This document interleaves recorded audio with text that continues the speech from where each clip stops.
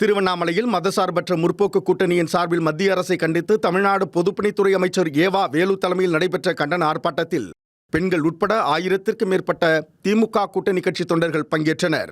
NDA அரசை கண்டித்து ஆர்ப்பாட்டம். ஆர்ப்பாட்டம் இது ஆர்ப்பாட்டம். தமிழ்நாட்டு துரோகம் செய்யும் என்டிஏ அடிமை கூட்டணிக்கான திட்டங்கள் என்னாச்சு? வரவில்லை. குடிநீர் நிதி வரவில்லை. தமிழ்நாட்டுடைய முதலமைச்சர் அவர்கள் தோழமை கட்சியினுடைய முழு ஒத்துழைப்போடு இன்றைய தினம் ஒன்றிய அரசாங்கத்தை கண்டித்து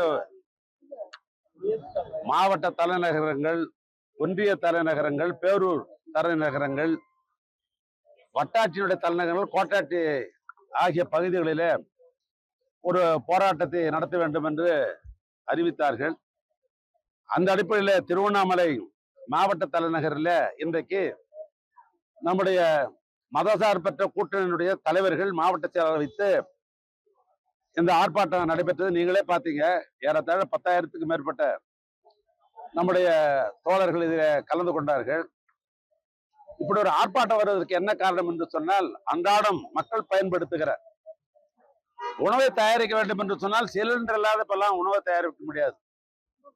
ஒரு காலத்துல விறகடுப்புல உணவை தயாரித்த காலங்கள் ஒன்று உண்டு. அதுக்கு அடுத்த கட்டமாக கேஸுக்கு முன்னால் மண்ணெண்ணெய் அடுப்பு வைத்து தயாரிப்பட்ட ஒரு காலம் உண்டு. இப்பொழுதெல்லாம் பெரும்பான்மையான குடும்பங்கள் கேஸ் சிலிண்டர் தான் பயன்படுத்துகிறார்கள்.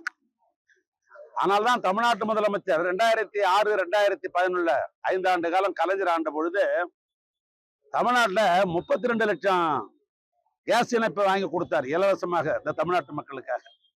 ஆக அத்தியாவசியமானது இன்றைக்கு உணவை தயாரிக்கணும்னா கேஸ் சிலிண்டர். அந்த கேஸ் சிலிண்டருக்கு இன்றைக்கு தட்டுப்பாடு வந்து விட்டது. அதுக்கு என்ன காரணம்? ஒன்றிய அரசாங்கத்துடைய வெளிநாட்டு கொள்கை தெளிவாக இல்லை. இன்னும் சொல்ல போனால், ரஷ்யாவில் இருக்கிற கேஸையோ அல்ல மண்ணெண்ணையோ அல்லது பெட்ரோலை வாங்கணும்னு சொன்னா அமெரிக்கா கிட்ட பர்மிஷன் கேட்க வேண்டிய நிலை இன்றைக்கு இந்தியா இருக்கிறது. ஆக வெளிநாட்டு கொள்கையில இந்த ஒன்றிய அரசாங்கத்துக்கு தெளிவான கொள்கை இல்லை. அதனால்தான் இந்த நிலைமை வந்திருக்கிறது. ஒன்று, இன்னும் சொல்ல போனா சில ஓட்டர்கள்லாம் மூடிட்டாங்க. ஏன்னா அவங்களுக்கு சிலிண்டர் கிடைக்கல. நம்ம ஆன்லைன்ல பதிவு பண்ணணும்னு சொன்னோம்னாக்கா எடுத்துக்க மாட்டேங்குது.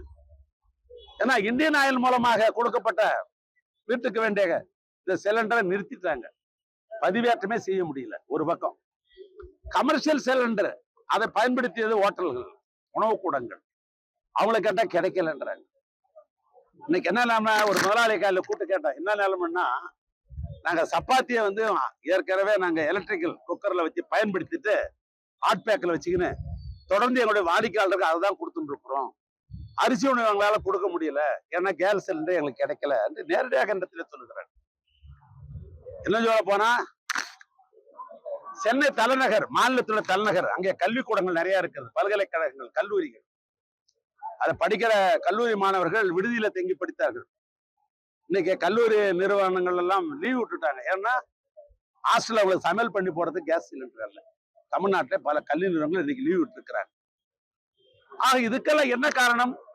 ஒன்றிய அரசாங்கத்தினுடைய ஒரு நிலையான வெளிநாட்டு கொள்கை இல்லாத காரணத்தினாலும் இந்த மக்களுக்கு வேண்டிய தேவைகளை அறிந்து பூர்த்தி செய்யாத ஒரு நிலை இருக்கிறது இன்றைக்கு. இன்னும் சொல்ல போனா, தமிழ்நாட்டில் ஒரு மாநில கட்சி தொடர்ந்து ஆண்டு கொண்டிருப்பது என்பதை அவங்களால் ஏற்றுக்கொள்ள முடியவில்லை. ஏற்றுக்கொள்ள முடியாத காரணத்தினால்தான் இந்த மாநிலத்தை வஞ்சிக்கிறார்கள். இந்த 5 வருஷம் நாங்க ஆண்டோம். இந்த 5 வருஷம் புயல் வந்தது. புயலுக்கு வேண்டிய நிதிகளை கேட்டோம், கொடுத்தாங்களா? நிதியை, கல்வி நிதி அவர்களுக்கு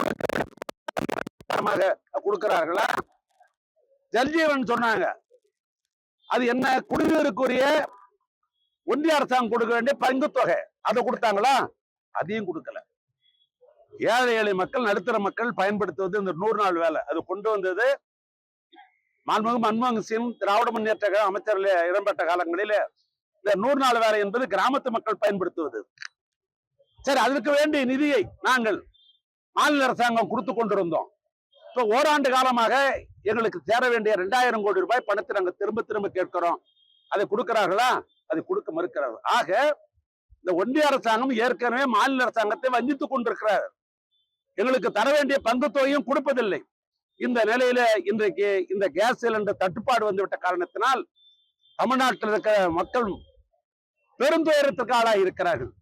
எனவேதான் ஒன்றிய அரசாங்கத்துடைய கவனத்தை ஈர்ப்பதற்காகவும் ஒன்றிய அரசாங்கத்தை தமிழ்நாட்டுடைய மக்களுடைய நிலையை உணர்த்துவதற்காகத்தான் தமிழ்நாட்டு முதலமைச்சர் தோழமை கட்சியோடு இந்த ஆர்ப்பாட்டத்தை நடத்தி சொன்னார்கள். எனவே நாங்கள் நடத்தி இருக்கிறோம். எங்களை பொறுத்தளவுக்கு இந்த ஆர்ப்பாட்டம் வெற்றி பெற்றது என்றுதான் பொருள். திருவண்ணாமலை மாவட்டத்துல கடந்த முறை திமுக வேட்பாளர் இப்ப தோழமை கட்சியோடு நாங்க பேசிட்டு இருக்கிறோம். எந்தெந்த கட்சி எந்தெந்த தோழமைக்குன்னு இப்ப சொல்ல முடியாது. இப்ப எந்தெந்த கட்சி எத்தனை தொகுதியிலே மாநிலத்தில் நிற்பது என்றதை பங்கீடுதான் பேசப்படுகிறது.